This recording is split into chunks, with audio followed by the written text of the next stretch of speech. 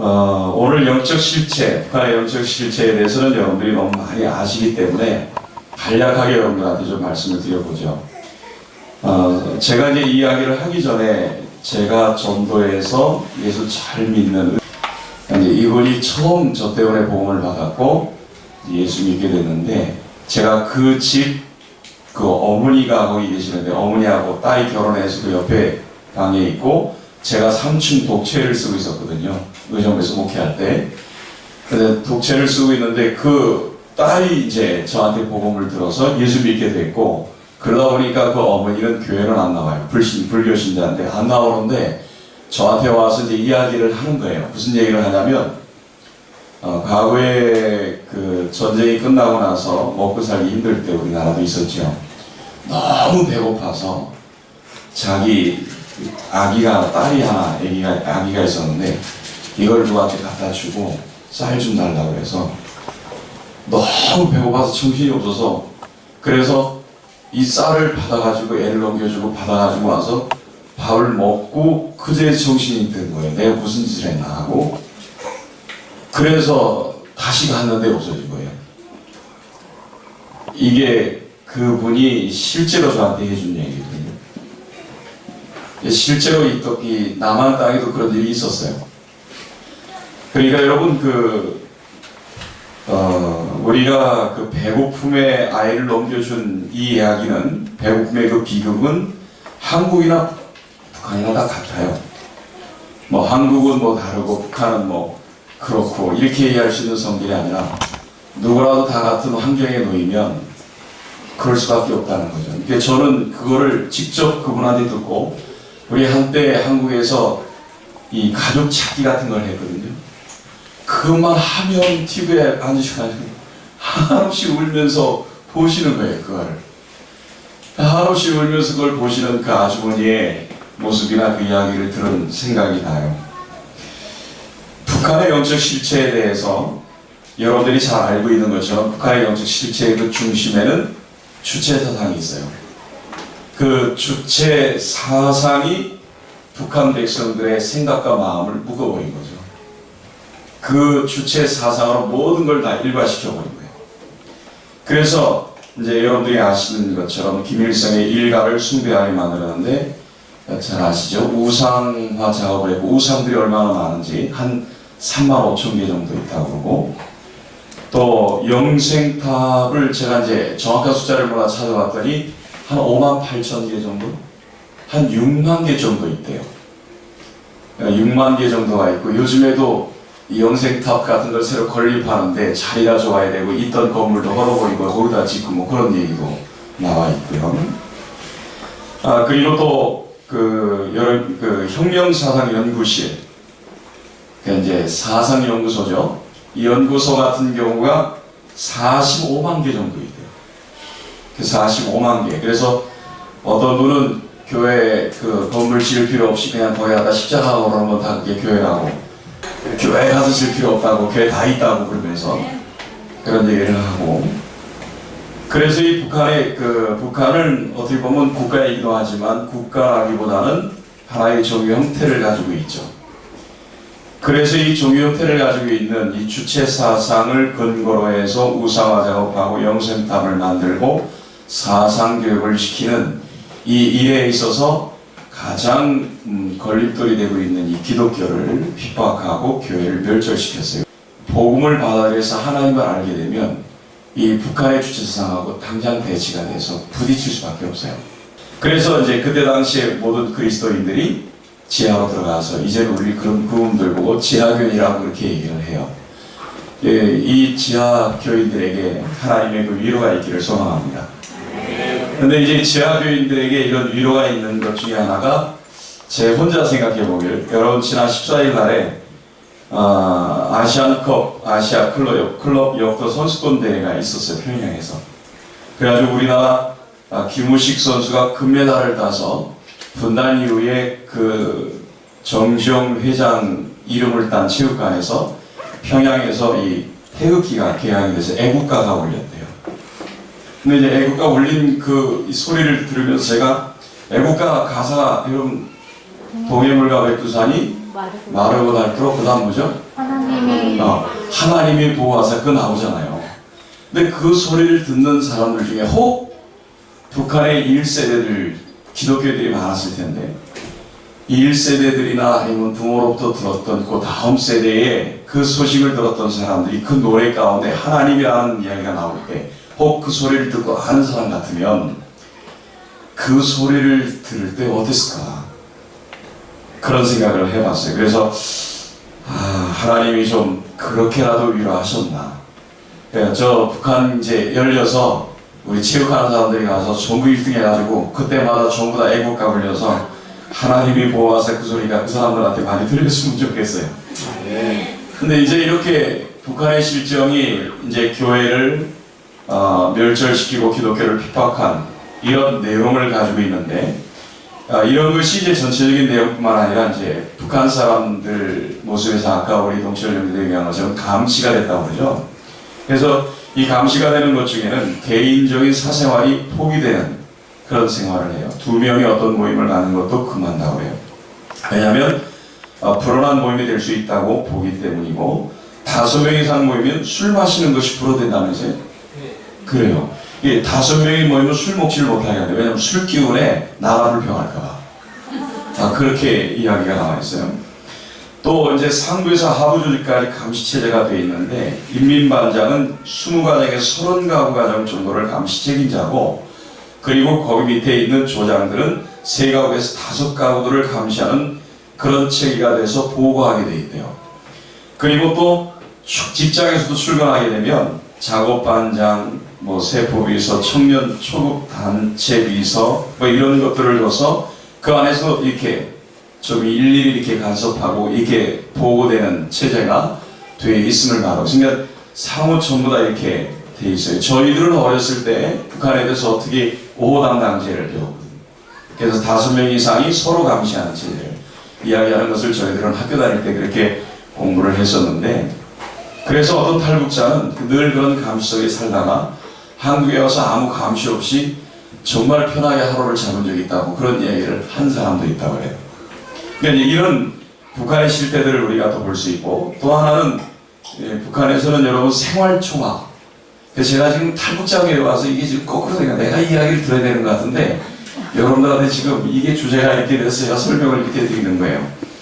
그 생활총화라는 것 여러분 많이 들어보셨죠? 매일매일 이 비판을 하고 회개하는 게 진짜 교회처럼 회개하는 이런 일들이 있는데 그러니까 일상생활에서 당의 유일사상체계 확립의 10대 원칙이나 또 김일성, 김정일 교시에 그런 것이 유배되는 게 없는지 이런 것들을 일일이 고백한다는 거예요. 그래서 이 생활총화를 하는데 일반인들은 일주일마다 한다고 그렇게 돼 있고 그 다음에 농민들 경우에는 10일에 한 번 하고 연예인이란다. 예술인은 2일마다 한 번 한대요. 이 사람들은 이렇게 활동을 해서 그런가요? 그래서 이게 누구나 잘못을 고백을 해야 하지만 늘 잘못하는 건 아니잖아요. 근데 이게 매번 있을 때마다 이 총화를 해야 되니까 그러니까는 없던 말을 만들어내는 거짓말을 하게 되고 또 다른 사람을 비판하는 일에 아주 능숙하게 되어버린 그런 모습들이 북한 사회의 실정이 있고 앞서 말한 것처럼 북한은 10대 종교 안에 들어가 있는 종교 집단이죠. 그래서 김일성이를 태양신으로 이 태양신이라고 하는 것은 여러분 바벨탑에서도 비롯됐거든요. 이런 근원들을 우리가 찾아보면 참 재밌게 얘기할 수 있는데 이 이단이란다. 이 우상들의 특징 중에 하나가 이 태양신에 연관되어 있어요. 이 태양신에 연관이 되어 있는데 이런 그 태양신이고 집집마다 김일성, 김정일, 요즘에는 김정은 사니까 열혈당원이라고 돼. 열성당원이 아니라 열혈당원은 김정숙 사진까지 걸려있대요. 그래서 특별한 날마다 이 사진 앞에서 절하고 감사해야 된다고 하는데 일종의 우리가 꼭 구역예배, 가정예배 드리듯이 그들도 그런 형태가 됐음을 말하고 있더라고요. 그 다음에 그 사회적 행사가 있으면 반드시 구호를 외치는데 김일성, 김정일 찬양 노래를 불러야 하고 그 우상화 구호가 무려 1200가지나 된대요. 이 구호가 그렇게 많대요. 저도 구호 하나, 북한 구호 말고 우리 맨날 하는 구호가 있지. 난 휴전선아 열려라, 복음 들고가 아니라 내 민족 내게 주소서, 이것만 저도 외치고 있었는데, 제가 20몇 년 전에 그거 그렇게 외치고 있었거든요. 근데 어떤 분이 그래요. 휴전선 열려라 복음 들고 가리라 그렇게 막 외치니까 그건 틀렸대요. 왜냐하면 휴전선 열리면 이미 늦대요. 그러니까 휴전선 열리기 전에 복음이 들어가야지, 휴전선 열려서 복음 들어가면 늦는다는 거예요. 그래서 내가 그 말이 맞다 그랬어요. 그래서 이제 이 김일성 동지 혁명사상 연구실에서 주위의 연구 모임을 갔는데, 이게 성스러운 모임이기 때문에 그 교시되는 그 말씀을 읽고 사상업적 전통을 다시 교육을 받는데요. 그리고 이것은 성스러운 것이기 때문에 내가 몰라요. 여러분들이 거기서 쿵쿵쿵 다니면서 발뒤꿈치를 들고 다니냐면서요. 진짜 그렇게 제가 자료를 찾아보니까 그런 내용이 나와 있더라고요. 그래서 이제 이런 내용들이 있고, 얼마나 이것이 사상고치가 되냐면 2003년대 대구 유니버시아대 때 미녀응원단들이 한국에 왔었어요. 미녀응원단들이 왔을 때 현수막에 김정일, 김일성이 살인 걸렸는데 비 맞고 있다고 그걸 끌어안고 우는 장면이 있었거든요. 이런 정도로 이렇게 사상이 고치되고 있는 아주 견고한 지인이 채워져 있는 곳이고, 계급교양이라는 게 있는데 이건 증오심을 키워요. 그래서 전쟁사를 말하면서 미국과 남한에 대한 그런 증오심을 키웠고, 그리고 또 이제 그에 대해서 뭐 미제국주의 원수놈, 뭐 남조선 괴뢰도당, 일본놈 뭐 이러면서 이런 거에 대한 어떤 증오심들이 계속해서 일어났음을 볼 수 있고, 또 하나는 살기 위해서 거짓말을 해야 되는 그런 삶의 터전들이 되어 있는 모습들을 볼 수 있어요. 그러니까 누군가가 고발하지 않으면 나와 내 가족이 피해를 입기 때문에 양심을 포기하고 거짓말하게 되는 것이 생존수단이 되고 있는, 그래서 누군가의 고발에 어떤 사람은 하루아침에 쥐도새도 모르게 끌려가고 잡혀가고 하는 이런 일들이 있는 그런 모습이에요. 그래서 이런 형태로 나타난 이 북한의 영적 실체를 우리가 볼 때 우상이 만연한 우상의 영, 그리고 이 불신들이 가득 차 있죠. 불신의 영, 거짓을 하니까 거짓의 영, 또 그 사이 굉장히 폭력적이죠. 폭력의 영, 또 그리고 음란의 영, 이런 것들이 있음에도 불구하고 자기들의 사상이 최고라고 생각하고 있는 교만의 영, 이런 것들이 지금 북한의 영적인 실체로 채워져 있죠. 이런 증거들이 나타난 현상이 북한 백성들에게서 보는 거죠. 그러니까 이거를 이 땅에 오신 여러 탈북민들 가운데 이분들을 보면서 우리는 그런 것들을 간접적으로 느낄 수가 있었던 것들이에요. 왜냐하면 살기 위해서 어떤 행동이라도 서슴없이 해왔기 때문이에요. 뭐 그렇게 살기 위해서 서슴없이 하는 행동들이 어쩔 수 없는 일이지만, 그런 것이 상처인 줄도 몰랐고 그런 것이 잘못인 줄도 모르면서 살다가 한국에 오게 됐고, 한국에 와서 나름 그런 불안한 모든 모습들이 다 이제 사그러지고 한국에서 조금 배워서 좀 정치하게 돼서 안정이 되니까 자신도 모르게 그때의 그 상처들이 올라오기 시작하는 거예요. 이 상처라는 부분이 언젠가는 다 나오게 돼 있잖아요.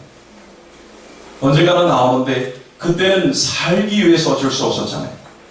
그때는 살기 위해서 거짓말을 했고, 살기 위해서 훔쳤고, 그게 뭐 안 훔치면 자기가 굶어 죽게 생겼으니까 그런 어떤 형태들이 취해졌어요. 사람을 미워했고, 심지어 살인까지 하고, 음란도 했고, 돈으로 사람을 사고 팔기도 하고, 사람을 폭력적으로 다루기도 하고, 이런 것들이 어쩌다 한 번 일어난 게 아니라 그 사회가 이것이 일반화가 돼버린, 그것이 어쩌다가 특별한 일처럼 생겨진 일이 아니라 누구라도 안 하면 오히려 바보가 되고 오히려 굶어 죽고 오히려 당할 수밖에 없는 이런 형편의 사회가 돼버린, 일반화가 돼버린 거예요. 그러니까는 그런 거를 겪을 때는 자기가 살기 위해서 어쩔 수 없이 그렇게 했는데, 이제 이곳에 와서 정신을 좀 안정을 차리고 안정을 갖고 정신이 좀 들고 나니까 이게 매우 심각하게 혼란스러워지는 거죠. 그게 뭐냐면 북한이 지배하고 있는 영적 실체의 희생이 되었다가 이 땅에 와서 그런 것들이 드러나기 시작하는 거예요. 이건 우리가 지금 이 북한의 실태에 대해서 이야기하는 것이 이 영적인 접근법으로 보게 되면 이분들은 그것이 죄인지를 모르고 있다가 이곳에 와서 하나님을 알고 믿는 사람들은 치유가 가능하지만 그렇지 못한 분들은 여전히 그 상처에 헤어나질 못하면서 이 땅에서 허덕이고 살고 있는 것이죠. 그러니까 여러분, 우리나라가 6.25 전쟁 이후에 일제 36년과 유별하는 전쟁을 겪었잖아요. 그러니까 그만큼 그 상처라고 하는 건 드러나게 돼 있는데, 북한 땅의 저 견고한 지인들에 의한 쓴뿌리들로 인한 상처들이 이게 한두 사람이 아니고 일반화돼 버린, 그게 어둠의 영에 눌려버린 공중것에, 악한 공중것에 잡고 있는 어둠의 영이 그 땅을 지배하고 있는 모습이 그렇게 나타난 거예요. 우상의 영, 음란의 영, 거짓의 영, 도둑의 영, 폭력의 영, 교만의 영, 이런 것들로 이렇게 꽉 팽배하게 나타난 이런 부분들이, 그것의 피해를 본 사람들은, 지금도 그 땅에 있는 사람들은 그럼에도 불구하고 거기서 그냥 그것이 그것인지 모르고 살지만, 나중에 이것이 나아진 삶이 됐을 때 그들에게 그 아픔들이 다시 돌아올 때는 그 치유되는 세월이 1년이 아니고 몇십 년이 될 거예요. 이 땅에 오신 분들은 그런 아픔들을 다시 이제 치유돼 가고 있는 과정이 있는 거고요. 그 하나님을 믿는다는 게 얼마나 귀한 일인지 여러분 믿어야만, 주님을 믿어야만 진짜 치유받거든요. 다시 말하면 저 땅을 진짜 치유할 수 있는 것은 하나님밖에 없으세요. 근데 하나님이 저 땅을 사랑하신다는 거죠. 왜? 하나님이 그 땅에 마음을 두셨단 말이에요. 오늘은 이제 이 북한 영적 실체와 기도의 능력인데, 기도의 능력을 이제 말씀드려야 되거든요. 이제 북한의 실체에 대해서 여러분들하고 이런 어마어마한 어둠의 세력들과 우리가 대치되고 있다는 것을 여러분들이 아셔야 돼요. 단순히 통일, 이게 무지개 색깔만 이렇게 하듯이 너무 좋은 것만 이렇게 연상하시는데, 그 좋은 곳이 오기까지 여러분 이 기도가 필요하거든요. 이 기도가 절실히 필요하고, 이 기도는 쉬운 기도가 아닌 거예요. 저 북한 땅을 덮고 있는 이 북한의 영적인 실체를 우리가 알았다면 그냥 한 사람을 불쌍히 여기는 게 아니라 그를 묶고 있는 어둠의 실체들이 예수 그리스도의 이름으로 무너뜨려서 파쇄돼서 하나님의 백성답게 살아갈 수 있도록 만드는 능력, 그 어둠의 땅을 하나님의 땅으로 바꿀 수 있는 놀라운 능력은 저 기도의 능력밖에 없어요. 아멘. 그래서 이제 여러분들하고 기도에 대해서 얘기하려고, 그래서 저도 사실은 이 기도에 대한 내용이 어디서 나왔냐면, 제가 지난번 중국에 있을 때 다니엘을 갖다가 아침마다 했거든요. 그래서 중국에 있을 때 다니엘서를 다 맞췄어요. 다 맞춰서 제가 얼마나 은혜가 됐는지 몰라요. 굉장히 은혜가 됐는데 이렇게 써먹을 줄은 나도 몰랐어요. 다 이렇게 준비를 했는데 날 보고 우리 이블립 선교사님이 북한의 영적 실체와 기도의 능력해달라고 해서 금방 내가 오케이 했거든요. 이게 다니엘서를 전부 다 보면서 그렇게 됐는데, 요 다니엘서에 대해서 이야기를 할 때 그 배경을 조금 설명을 드리고, 다니엘이 얼마나 기도의 사람인가를 여러분들이 들으시고, 그리고 그 기도의 다니엘을 보면서 우리가 어떻게 기도할 것인지, 그리고 우리가 꿈을 꿀 것이 무엇인지까지만 말씀드리겠습니다. 사실 여러분, 이스라엘 백성들이 포로 70년을 지내고 하나님 70년 만에 돌아오게 해서 성전을 재건하게 하신 역사죠. 그러니까 이제 그런 내용들을 볼 때 이 이스라엘 백성들에게 있어서 나라가 망하기 직전, 그러니까 70년 세월의 영적인 구심점을 잡아준 한 사람을 찾으려면 요시야 왕을 찾아야 돼요. 그러니까 남쪽 유다 왕국 가운데 유명한 왕들이 있어요. 유명한 왕들이 있는데 아사 왕이 있고, 그 다음에 여호사밧 왕이 있고, 그 다음에 우시야 왕이 있고, 히스기야 왕이 있고, 요시야 왕이 있습니다. 이분들은 굉장히 유능한 왕들이었어요. 유능한 왕들인데 요시야 왕이 나라가 망하기 직전에 가장 이스라엘을 부흥시켰던 왕이에요. 근데 요시야 왕 다음에 왕이 누구냐면 여호아스, 여호야긴, 여호야김, 그 다음에 여호야김, 여호야긴, 시드기야, 이 왕들이거든요. 그런데 이 왕들의 기간들이 총 몇 년이냐면 여호아스 왕은 3개월 동안 했어요. 그리고 여호야김 왕은 11년, 그래도 좀 길게 했어요. 그 다음에 여호야긴 왕은 3개월 했어요. 그 다음에 마지막으로 시드기야 왕이 11년을 했어요. 그러니까 총 합치면 네 왕을 다 합치면 22년 6개월이에요. 성경에서 나온 기록을 찾아보면. 그럼 22년 6개월 만에 망한 거예요, 다. 22년 6개월 만에 망하고 70년이 포로 생활한 거예요. 그리고 70년 뒤에 하나님이 다시 이스라엘을 회복시킨 거죠. 회복을 시켰는데 이 역사 기간을 놓고 볼 때 그렇게 나라가 망했음에도 불구하고 포로인데도 그 신앙의 절개를 지키고 다시 이스라엘 땅으로 회복할 수 있는 영적인 그 줄기들이 도대체 어디서 왔을까 하는 걸 찾아보면 그건 요시야 왕 때 영적 부흥 거기서밖에 찾을 데가 없어요. 그 영적인 부흥이 줄기가 거기서도 왔는데 그런 그 문화가 다르고 포로가 되고 습관이 다르고 먹는 게 다르고 모든 언어가 다른 그런 환경에서도 아주 뛰어난 신앙인들이 나오기 시작해요. 여러분이 잘 아시죠? 선지자들 가운데는 에레미야, 학개, 스가랴, 에스겔 뭐 이런 사람들이 있었고 그 다음에 다니엘과 세 친구 사드락, 메삭, 아벳느고 이런 사람들이 있고 모르드게와 에스더 죽으면 죽으리라 이런 사람이 있었고 그 다음에 1차 기간, 2차 기간, 3차 기간 전부 다 포로 시대 때 사람들이에요. 그래서 1차 때 스룹바벨과 예수와 그리고 2차 때는 에스라와 아와강가의 사람들 아와강가의 사람들도 대단한 사람들이거든요. 그 다음에 세 번째 인솔해가지고 온 느헤미야 총독 이런 사람들이 있어요. 그러니까 신앙에 걸출한 인물들이 오히려 포로 시대에 살던 이스라엘 땅이 아닌 타지에 포로 생활하는 다른 나라에서 언어와 문화가 다른 곳에 사는데도 불구하고 신앙의 정절을 지키고 오히려 신앙으로 하나님을 보이고 70년의 회복을 이루도록 만든 역사의 주인공들이었거든요. 그 중에 우리가 다니엘과 사드락과 메삭, 아벳느고는 다니엘서에서 나타난 사람들이에요. 시간이 없으니까 여러분들한테 요거를 그들의 신앙을 간단하게 집약해서 한번 말씀드려 볼게요. 첫째 1장에서는 뜻을 정한 신앙이죠. 그 음식을 왕이 주는 진미를 거절했죠.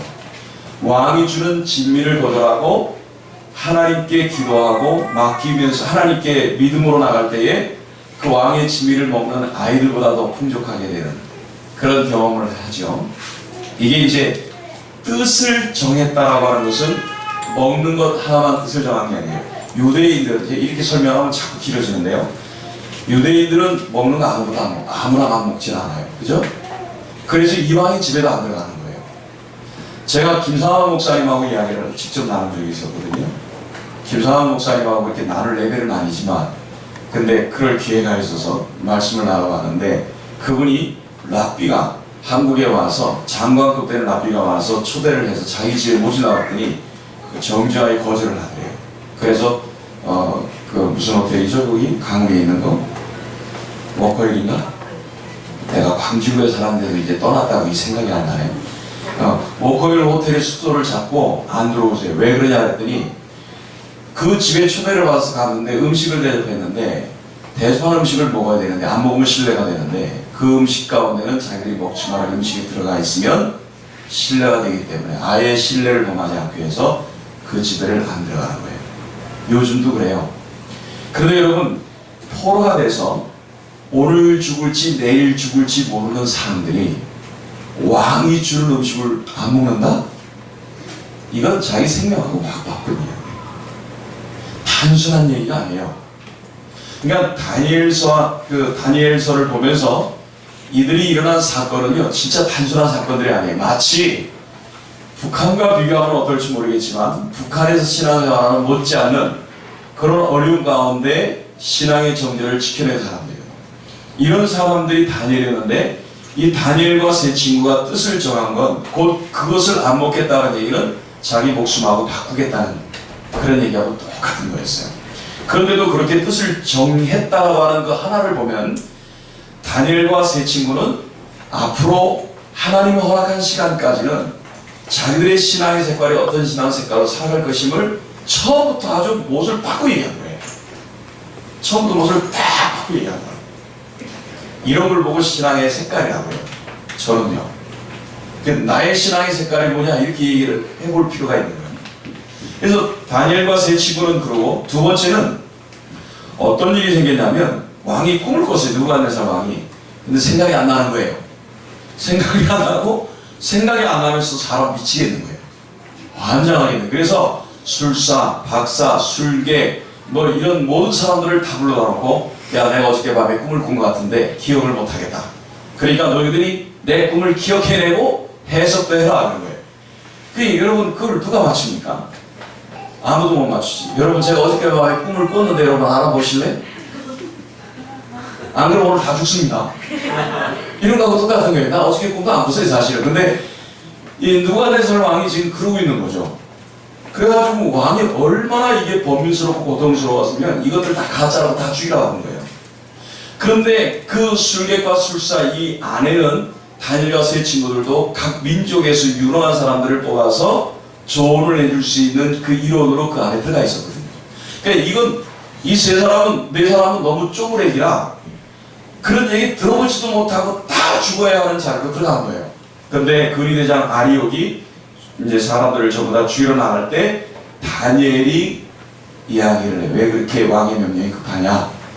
나한테 기회를 한번 주면 그러면 내가 그 꿈을 알아맞추겠다고. 그러면서 세 친구와 함께 하나님으로부터 어떤 소스를 들은 것도 아니고 하나님이 어떻게 사전에 미리 알려주신 거 꿈을 가르쳐준 것도 아니에요.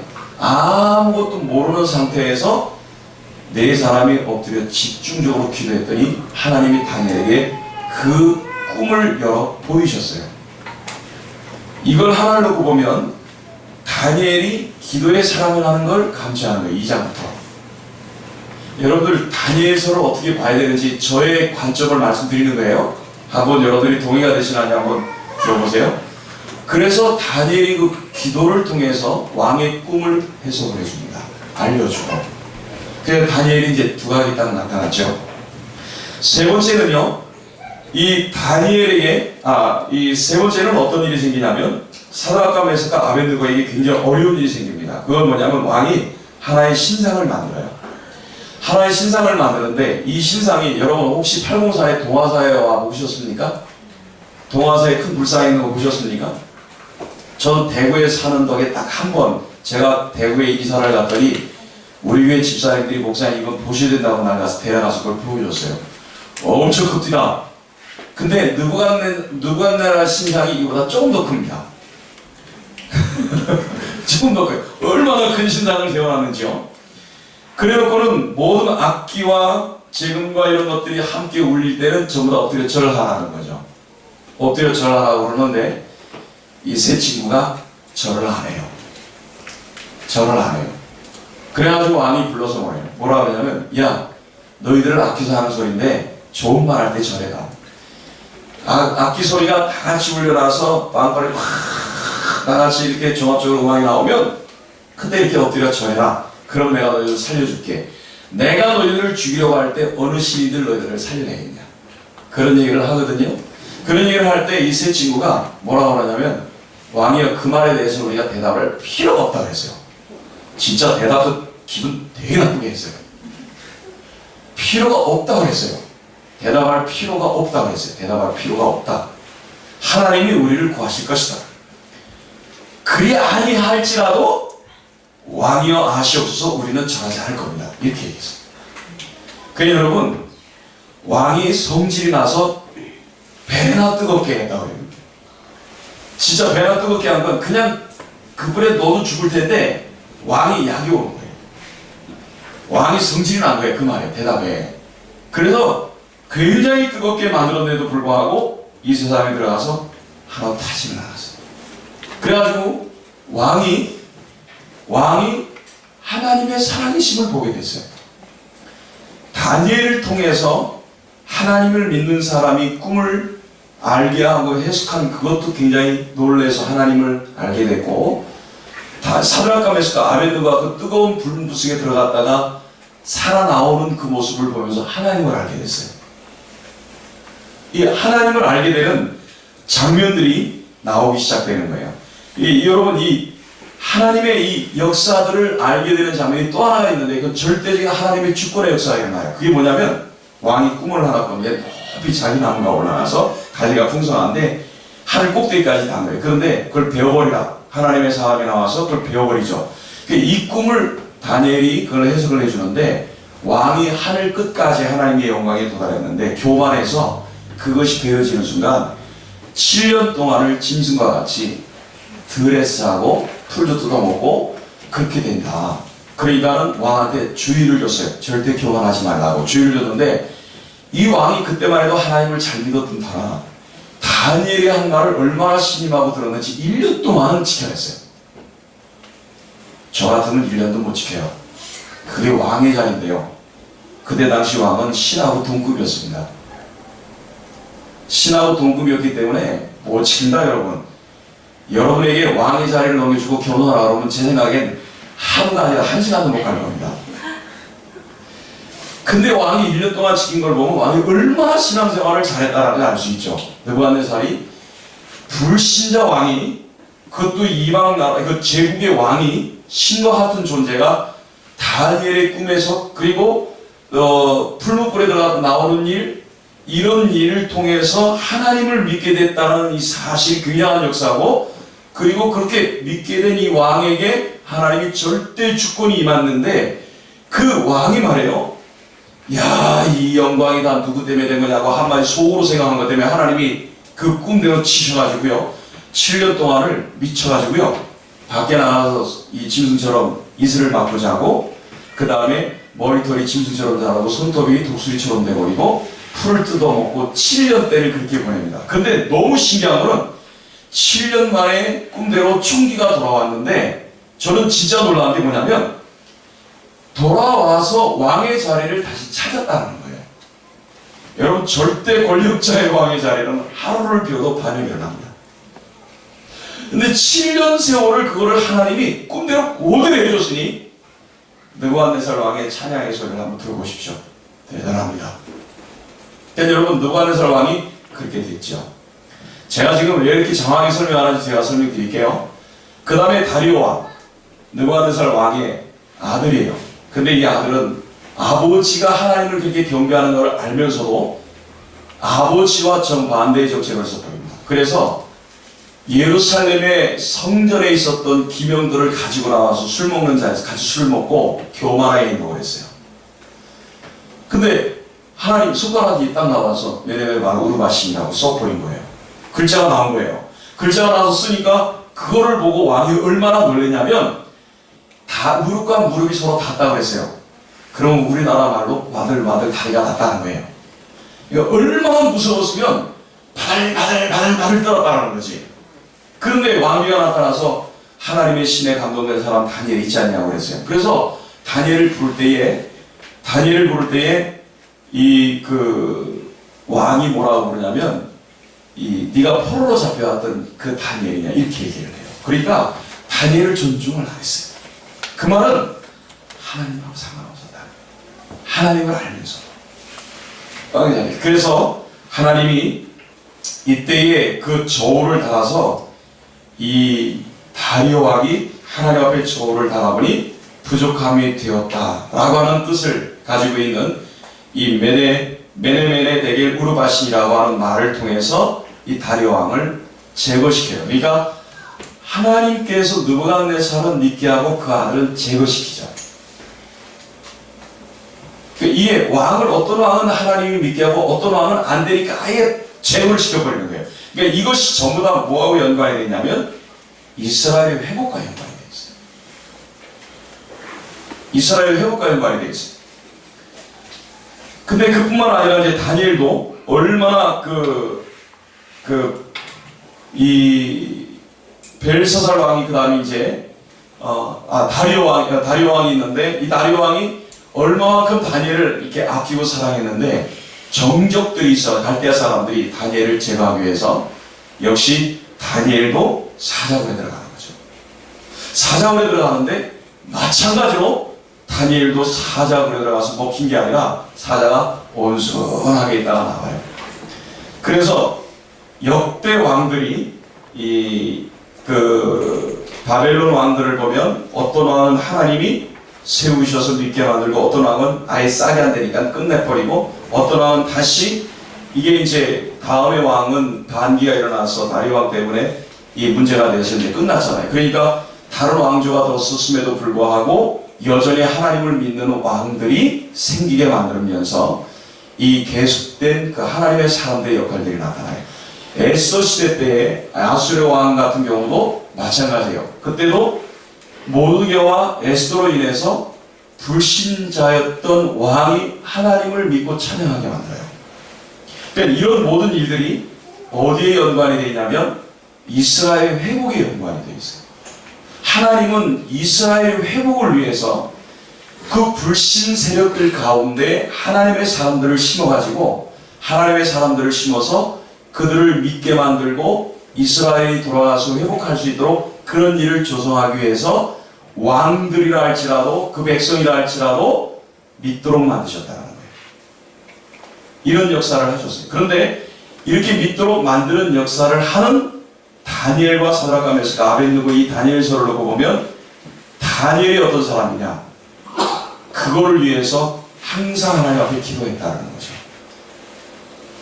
기도가 있었어요. 근데 이 기도가 다니엘서 여러분들이 보면 야, 뜻을 정했구나, 대단하다. 아니면 왕의 꿈을 알아내서 해석해줬구나, 불 속에 들어갔다 나왔구나, 와 대단하다, 사자굴에 들어갔다 나왔구나, 정말 대단하다, 왕이 미치게 됐다가 7년 만에 다시 돌아왔는데 다시 총기를 잡고 왕권을 차지했다더라. 야, 이거 정말 대단하네. 여러분, 이런 사건 하나를 여러분들을 놓고 얘기하는데 그게 중심이 아니고 8장부터 다니엘에 열리는 환상이 진짜부터예요. 그러니까 왜 왕들의 이런 변화들을, 나라의 변화들을 왜 얘기를 했냐면 그런 나라들 가운데에 하나님의 사람들이 이렇게 살아서 이런 변화를 일으켰다. 하나님의 사람들을 설명하고 있는 거예요. 다니엘을 설명하기 위해서 그런 얘기를 하는 거예요. 세 친구를 설명하기 위해서 그런 얘기를 하는 거예요. 모르드게를 설명하기 위해서 그때 시대를 얘기하는 거라고요. 그래서 그런 이야기들을 하는 사람들을 보니까 기도하는 사람들이야. 기도.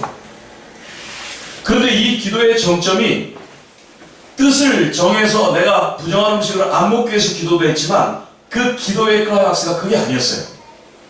자기가 죽게 돼서 살려달라고 하는 기도가 다가 아니었다는 거예요. 그게 아니었어요. 그러니까 기도의 가장 중심은 무슨 내용이냐면 다니엘서 9장 1절에서 3절에 나와요. 한번 찾아보죠. 여러분들이 읽으신 것 중에서 2절에 보면 이런 내용이 나오죠. 그 통치 원년에 나 다니엘이 책을 통해 여호와께서 말씀으로 선지자 에레미야에게 알려주신 그 연수를 깨달았다 그랬죠. 그러니까 이분들은 지금 어떻게 있는 사람들이냐면 포로 생활하는 사람들이죠. 포로 생활을 하는데 뭘 깨달았냐면 70년 만에 하나님이 이 땅을 우리 민족을 회복시킨다는 걸 알았다라는 거예요. 그러니까 이 70년 만에 하나님이 그 연수를 깨달았는데 황폐함이 70년 만에 그치리라 하는 것을 깨닫고 나서 이 다니엘이 그 기도의 정점을 여기다 두고 있다는 거예요. 이 기도가 얼마나 대단하냐면 다니엘은 하루에 3번씩 기도했고 어려울 때마다 기도했고 이런 기도의 습관들이 늘 들려있어서 늘 그때 상황에 맞춰 기도했지만 다니엘이 계속해서 기도해오는 가운데 하나님이 알려주신 것은 다니엘이 그런 삶을 통해서 그 나라 안에서 하나님의 뜻을 이룰 수 있는 배경을 만들었을 뿐이고 정작 이뤄야 할 이스라엘의 회복을 위해서 하나님이 다니엘에게 70년이 채워지지 않았는데 이미 알게 하신 거예요. 기도를 통해. 기도를 통해 이미 알게 하신 거예요. 기도를 통해 이미 알게 하셔서 다니엘이 이것을 놓고 계속해서 하나님 앞에 기도를 하기 시작합니다. 다니엘이 기도하는데 10장 2절 말씀에 보면은 그때 나 다니엘이 세일 동안 슬퍼하며 하고 3주 동안을 엎드려 하나님 앞에 기도합니다. 이 3절에 10장 3절에 보면 세일에가 자기까지 좋은 떡을 먹지 아니하며 고기와 포도주를 입에 대지 아니하며 또 기름을 바르지 않습니다. 그러면서 기도하는 것이 첫째 달 24일에 내가 힛대기라는 큰 강가에 거기서 기도를 하죠. 다니엘이 이 히데기라는 강가에서 기도하는데 대개 이 다니엘이 그 환상을 보기 시작한 그 강은 을레 강가였습니다. 그러니까 다니엘이 주로 강가에서 기도했다는 걸 볼 수 있어요. 히데겔강, 을레강 이런 데서 기도를 했죠. 여러분 그 에스겔 선자는 그발 강가에서 5년 동안 기도하다가 하늘이 열려서 선자의 부름을 받았잖아요. 이렇게 강가에서 이스라엘인들은 기도를 했는데 다니엘이 을레강, 히데겔강 이런 걸 놓고 보면 얼만큼 기도하는 사람인가 이거를 알 수 있어요. 이 기도를 하는데 다니엘이 이 문제점을 알고 금식하면서 하나님이 70년 만에 우리 이스라엘을 회복시키는구나 이거를 딱 깨닫고 난 다음부터는 3주를 금식하며 하나님 엎드려 기도하는 거예요. 3주를 엎드려서 기도하는데 혼자 기도하지 않았어요. 함께 기도하는 사람이 있어요. 10장 7절에 보면 이 환상을 다니엘이 홀로 보았고 나와 함께한 사람들이 이 환상을 보지 못하였으니 그들이 크게 떨며 도망하여 숨었느니라. 이때 도망하여 숨긴 숨었지만 다니엘과 함께 기도했다는 거죠. 그러니까 다니엘 혼자 기도한 게 아니고 다니엘과 함께 기도하는 사람들이 있었어요. 그러니까 다니엘과 함께 기도하는 사람들이 수없는 시간들을 보내면서 기도하는 사람들이 생겼고 다니엘이 영적 비밀을 딱 알고 난 다음부터는 그 영적 비밀을 알아진 그 회복을 위해서 얼마만큼 기도를 했냐면 자 여러분 한번 봅시다. 다니엘이 그 기도한 내용을 한번 보겠습니다. 8절 말씀에 10장 8절 그러므로 나만 홀로 있어서 이 큰 환상을 볼 때에 내 몸에 힘이 빠졌죠.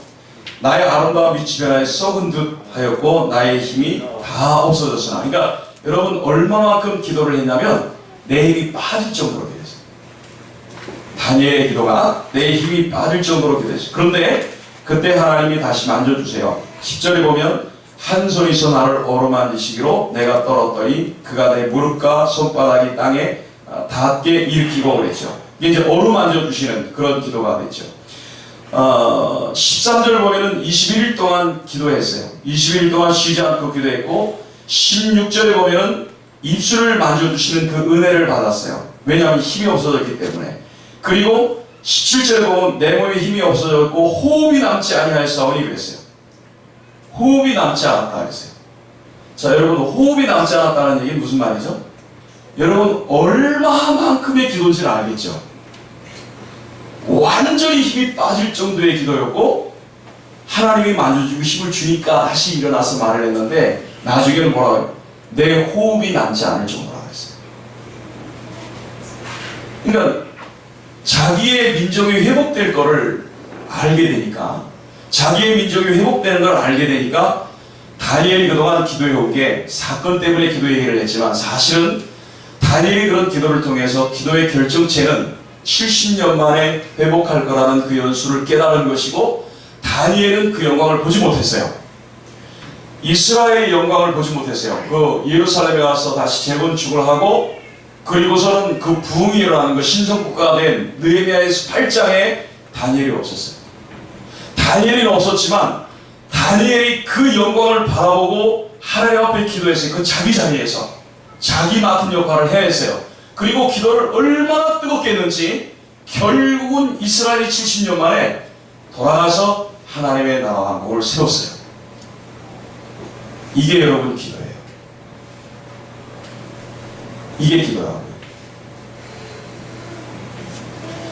여러분들이 영적인 실체를 알고 기도할 때 어느 날은 기도하고 어느 날은 기도 안 하고 물론 우리 다 그래요. 다 그러죠. 뭐 저부터도 뭐 힘들면 안 하려고 그러지 뭐. 기도가 여러분 저는 그 즐거움도 있지만 노동이기도 해요. 만약에 여러분 우리가 접한 땅에 영적인 목표점이 없고 그 영적인 실체를 모르면 우리 기도는 여러분 허공에 뜹니다. 다니엘이 기도를 그 문제점 때문에 기도를 했지만 그러나 다니엘서의 1장부터 7장까지에 나타난 이 사건과 별개로 환상을 열어줬을 때 다니엘의 모습을 정확하게 보여줬거든요. 환상을 열었을 때 다니엘의 정확한 모습은 이 힘이 다 빠질 정도가 아니라 호흡이 없어질 정도까지 엎드려 그 하나님의 나라의 회복을 위해서 기도합니다. 이런 사람들의 기도가 있었기 때문에 이스라엘이 회복할 수 있었던 거예요. 그런 사람들의 기도가 있었기 때문에 이게 회복이 됐어요. 제가요, 주빌리 통영 모임을 갔어요. 주빌리 통영 모임을 갔는데 추석 끝나고 다음 주간이 저희 대구도 그렇게 모임이 있고 대구는 수요일 날 있고 통영 모임은 화요일 날에 있어서 제가 화요일 날에 갔더니 이 가뜩이나 통영 모임은 적게 모이는데 추석 연휴 끝나고 나서 사람이 더 적었대요. 그래가지고 진짜 여러분 소수의 무리가 모였는데 성전은 한 300명, 500명 모이는 성전인데 그 넓은 성전에서 그 소수의 모임이 이렇게 됐어요. 근데 하나님이 저를요 갑자기 어떤 감동을 줬냐면 북한 성경 바로 이런 사람들 때문에 된다고 말씀을 하시는 거예요. 그래가지고 갑자기 제가 흥분이 된 거예요. 설교를 이렇게 얌전하게 해야 되는데 그 몇 사람 안 두고요 얼마나 소리를 지르고 설교를 했는지 몰라요. 오래오래 소리 지르고 기도해도 얼마나 뜨겁게 했는지 목이 다 쉴 정도로 했어요. 제가 그런 막 마음이 올라오기 시작하는데 제가 그때 깨달은 게 있어요. 이거였구나 그랬어요. 왜냐하면 우리 부산에 할머니 부대가 계시거든요. 할머니 부대가 계시는데 우리 할머니 부대는 저하고 25, 6년 동안을 같이 기도해 왔어요. 북한을 놓고 25, 6년 동안을 북한을 놓고 같이 기도했는데 이 북한교 사역자들이 와가지고 거기 와서 설교를 하면 이분들이 설교가 여러분 우리 북한교 사역자들요 진짜 샤프하고 똑똑하고 다 학식이 있고 학력 있고 영성 있고 열정 있고 다 괜찮습니다. 근데 그런 분들이 와서 거기서 설교를 딱 하고 나서 그러고는 눈물을 흘리고 가요. 왜냐면 내가 잘나서 내가 똑똑해서 이만큼 준비돼서 북한에 이만큼 이끌어가는 줄 알았는데 그게 아니었구나. 수십 년 동안 이 한자리에서 눈물을 흘리며 북한을 위해서 기도하는 저 사람들 때문에 오늘이 있었구나 하는 걸 경험했습니다. 이제 여러분 이 북한의 영적 실체 우리가 지금 그냥 앞에는 내가 이렇게 슬렁슬렁 얘기했지만 이야기는 슬렁슬렁해서도 이 실체는 절대로 슬렁슬렁한 실체가 아니에요. 우리 북한 분들 여기 와서 안정돼가지고 1년 내지 2년 동안은 여러분 정말 거의 패닉 상태로 보내시는 거 아시잖아요. 본인들은 배우는 게 얼마나 많은지 일주일 동안 내가 따라다녀 왔는데 가르쳐도 모르고 가르쳐도 모르고 가르쳐도 모르고 그러니까 이분들은 가뜩이나 하나원에서 3개월 동안 배우고 나와서 좀 해보려고 그러는데 모르잖아요. 근데 배웠는데 또 잊어버리고 배웠는데 또 잊어버리고 나중에 신경질을 확 내. 왜냐하면 자기 나름대로 최선을 다하는데 안 돼요. 우리들 여러분 외국 가가지고 안 그러겠어요. 우리도 똑같이. 그런데 또 코치를 해요. 그러면 안 된다, 이거 해야 된다, 저거 해야 된다 그러니까 더 짜증나죠. 그런데 그런 언어도 배우면서 올라오는 그 쓴뿌리 상처들을 위해서 나오는 그 마음을 누가 달래줄 사람이 있냐고요? 없잖아요. 그리고 세상은 각박하고 자기 돈 안 벌면 못 살 것 같고 그러니까는 이게 정신이 없지. 그 다음에 두고 온 가족들은 있지. 그러니까 두고 온 가족들 때문에 돈도 보내고 돈도 뛰고 그리고 어떻게든 또 데려오려 하니까 그 마음의 조립 때문에 이 얘기를 하고 여러분 이분들의 생활이 어떻게 보면 그냥 되는 것 같지만 그게 아니잖아요. 근데 왜 그렇게 되냐는 말이에요. 이게 다 이 실체 때문에 이루어진 거 아니에요. 우리가 만난 한 사람, 그 사람을 볼 때도 그 영적인 실체를 대번에 느끼는데 그 한 사람이 변화되는 것이 여러분 얼마나 어려운지, 얼마나 견고한지, 얼마나 이게 두꺼운지 뚫혀드리지는 않으니까 이분들이 거짓말했다고 여러분 그분들이 미안합니다 잘못했습니다 그럴 때 뿐이지 돌아서면 아무것도 아닌 것처럼 되어버린 것이 이 땅에서 살면 누구나 우리도 그렇게 된다니까요. 그거는 그분들이기 때문에 그런 게 아니라 우리도 그런 환경이면 그럴 수밖에 없는 거예요. 왜? 그 어둠의 실체 가운데 눌려 살다가 그것이 생활에 대가 일반화돼서 그렇게 해서 나온 그분들이 그거 어떻게 하겠냐고. 그러나 여러분 그분들이 여기 와서 복을 받고 은혜를 받고 조금씩 깨져가는 것처럼 그런 일이 되어진 것이 그냥 되는 게 아니라 여러분 이 배앓이라 할 만큼 간절한 기도, 호흡이 다한 그런 기도, 힘이 다 빠져서 주님이 나를 도와주셔서 다시 무릎이 세워질 수밖에 없는 그런 기도, 다니엘의 그런 기도가 있었기 때문에 이스라엘 회복이 있었던 것처럼 여러분 우리에게 그런 기도가 있어야 이 영적인 실체가 무너집니다.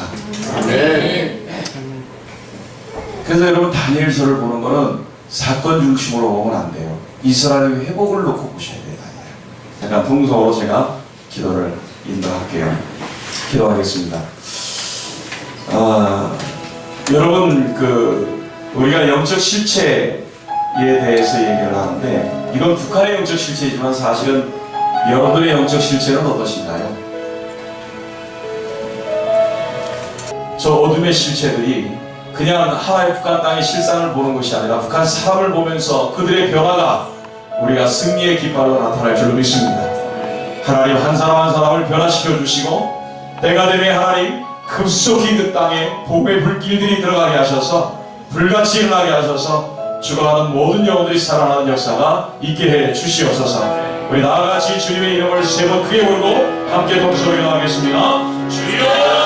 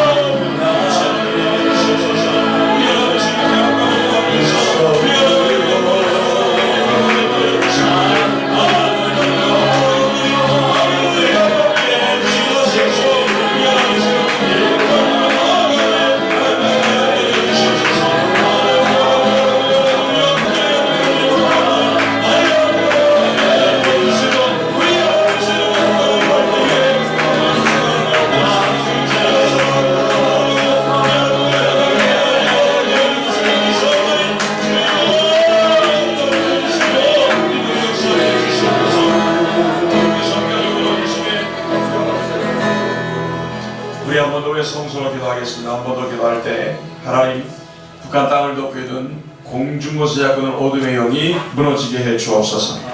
특히 하나님 우상화되어 있는 우상영이 무너지기를 원합니다. 그들이 서로 고발하는 그래서 분열이 된 분열의 영이 무너지기를 원합니다. 어쩔 수 없는 환경이라도 일반화됐던 그 거짓의 영, 음란의 영, 폭력의 영도 무너지기를 원합니다. 그럼에도 불구하고 아직도 교만했던 그 교만의 영을 꺾어 주셔서 하나님이 그 땅에 하나님의 나라가 속히 도래할 수 있게 도와주시옵소서.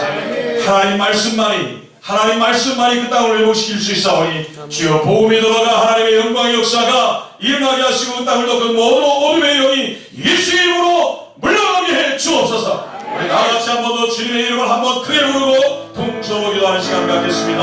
주여